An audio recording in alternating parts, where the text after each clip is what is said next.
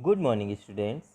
आज का हमारा टॉपिक है संचार के प्रकार, टाइप्स ऑफ कम्युनिकेशन। पिछली क्लास में हमने कम्युनिकेशन के बारे में पढ़ा था, जहाँ पे हमने देखा था कि कैसे सूचनाओं का आदान प्रदान किया जाता है। जहाँ पे सूचनाओं का आदान प्रदान होता है वही कहलाता है कम्युनिकेशन। तो किसी भी सूचना के एक स्थान से दूसरे स्थान में जाने के लिए किसी न किसी माध्यम की ज़रूरत होती है, एक जिसे हम कहते हैं चैनल। तो इसी चैनल के हिसाब से कम्युनिकेशन अलग अलग प्रकार के होते हैं, जिसमें पहला होता है मौखिक संचार, वर्बल कम्युनिकेशन।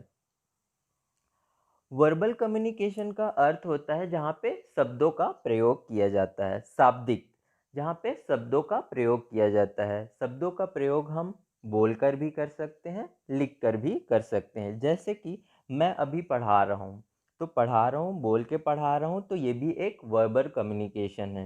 एक टीचर जब क्लास में पढ़ाता है तो वो बोलता भी है और लिखने के लिए ब्लैक बोर्ड का भी यूज़ करता है। तो ये एक वर्बल कम्युनिकेशन का एग्जाम्पल है। वर्बल कम्युनिकेशन दो व्यक्तियों के बीच में भी हो सकता है। कोई भी दो व्यक्ति अगर बात कर रहे हैं तो एक वर्बल कम्युनिकेशन हो गया। अगर ग्रुप्स में बहुत सारे लोग बात कर रहे हैं तो भी ये एक वर्बल कम्युनिकेशन हो गया।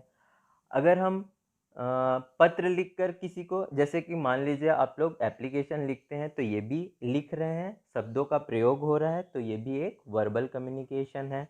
मोबाइल्स में हम चैटिंग करते हैं, ये भी एक वर्बल कम्युनिकेशन है। तो ये सारे एक वर्बल कम्युनिकेशन के एग्जाम्पल हैं, जहाँ शब्दों का प्रयोग किया जाता है बोलकर या लिखकर। इसके बाद आता है नॉन वर्बल कम्युनिकेशन, अमौखिक संचार। अमौखिक, अमौखिक का मतलब होता है बिना बोले या बिना लिखे। इसमें हम ना तो बोलते हैं ना तो लिखते हैं। जैसा कि आप लोग स्क्रीन में देख सकते हैं, ये बहुत सारे अलग अलग फेसेस हैं, जहाँ पे गुस्से का चेहरा दिख रहा है, खुशी का दिख रहा है, डर का दिख रहा है, नाराज़गी का चेहरा दिख रहा है। तो ऐसे हम अपने फेशियल एक्सप्रेशंस, चेहरे के एक्सप्रेशन से सामने वाले को बता देते हैं कि हम खुश हैं, गुस्से में हैं, नाराज़ हैं। तो ये सारे कहलाते हैं नॉन वर्बल कम्युनिकेशन। बिना कुछ बोले अपनी बातों को सामने वाले तक पहुंचाना नॉन वर्बल कम्युनिकेशन कहलाता है। जैसा कि मान लीजिए कि एक टीचर क्लास में पढ़ा रहा है, तो पढ़ा रहा है तो वो बोल रहा है और ब्लैक बोर्ड का यूज़ करेगा लिखने के लिए। तो ये हो गया एक वर्बल कम्युनिकेशन। अब जिन बच्चों को समझ में आ रहा है उनका चेहरे का एक्सप्रेशन अलग होगा, जिनको समझ में नहीं आ रहा है उनके चेहरे का एक्सप्रेशन अलग होगा, जिनको नहीं पढ़ना है उनके चेहरे का एक्सप्रेशन अलग होगा। तो एक टीचर को ये चीज़ समझ में आ जाता है कि किस बच्चे को समझ में आ रहा है या किसको समझ में नहीं आ रहा है, कौन पढ़ना चाहता है और कौन नहीं पढ़ना चाहता। तो आप बिना बोले ही अपने टीचर को बता देते हैं कि आपको समझ में आ रहा है या ना आ रहा है। ये आपके चेहरे के एक्सप्रेशन से पता चल जाता है। तो ये एक नॉन वर्बल कम्युनिकेशन हुआ। अब टीचर पढ़ा रहा है तो वो हो गया वर्बल कम्युनिकेशन। आप अपने चेहरे के एक्सप्रेशन से टीचर को बता रहे हैं कि आपको समझ में आ रहा है या नहीं आ रहा है, ये हो गया एक नॉन वर्बल कम्युनिकेशन। एक होता है विजुअल कम्युनिकेशन। विजुअल कम्युनिकेशन का अर्थ होता है दृश्य संचार, जहाँ पे चित्रों के माध्यम से संदेश दिया जाता है। चित्रों के माध्यम से संदेश दिया जाता है, जैसे कि आप लोग स्क्रीन में देख सकते हैं, ये एक नो पार्किंग का साइन है।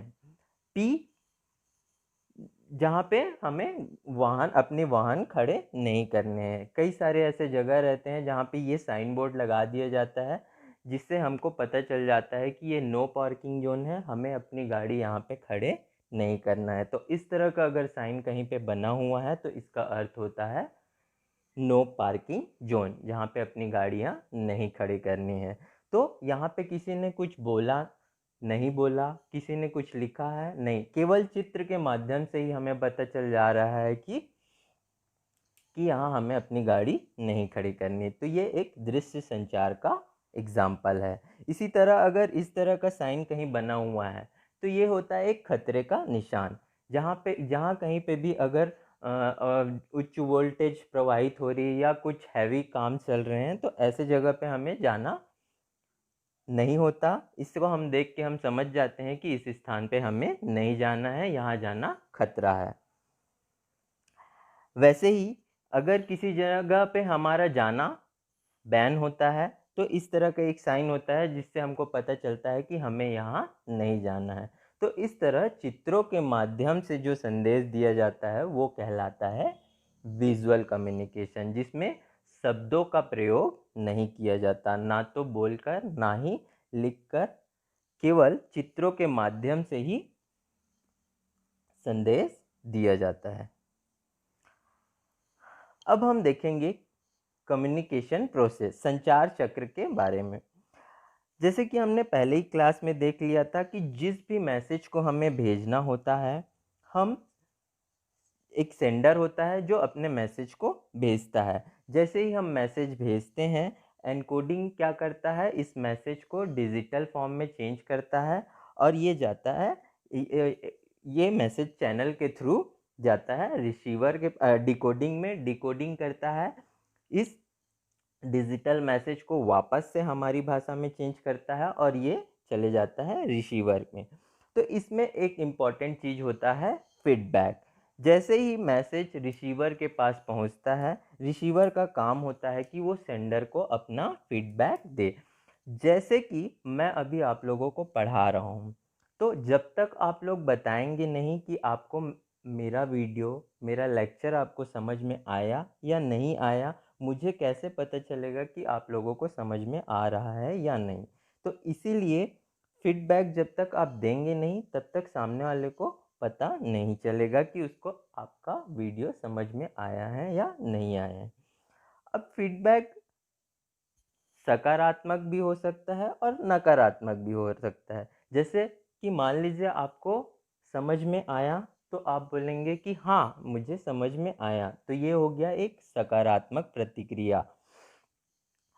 और अगर आपको नहीं समझ में आया तो आप बोलेंगे कि मुझे समझ नहीं आया, तो ये हो गया एक नकारात्मक प्रतिक्रिया। एक होता है कोई प्रतिक्रिया नहीं देना। अगर आप कोई प्रतिक्रिया नहीं दे रहे हैं तो इसका मतलब भी यही होता है कि आपको समझ में नहीं आ रहा है। तो जब तक आप सामने वाले को बताएंगे नहीं तो उसको पता कैसे चलेगा कि आपको समझ में आ रहा है या नहीं आ रहा है। तो इसीलिए फीडबैक देना ज़रूरी है।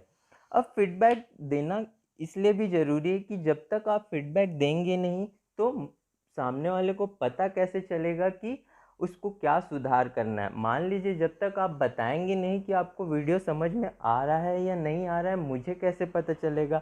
अगर आप बताते हैं कि आपको कुछ प्रॉब्लम है तो मैं उसमें सुधार करूँगा। तो इसीलिए फीडबैक देना ज़रूरी है और उसमें जो कमी है उसको मैं पूरी करूँगा।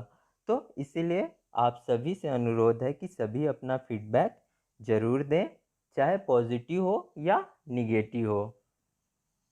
Thank you.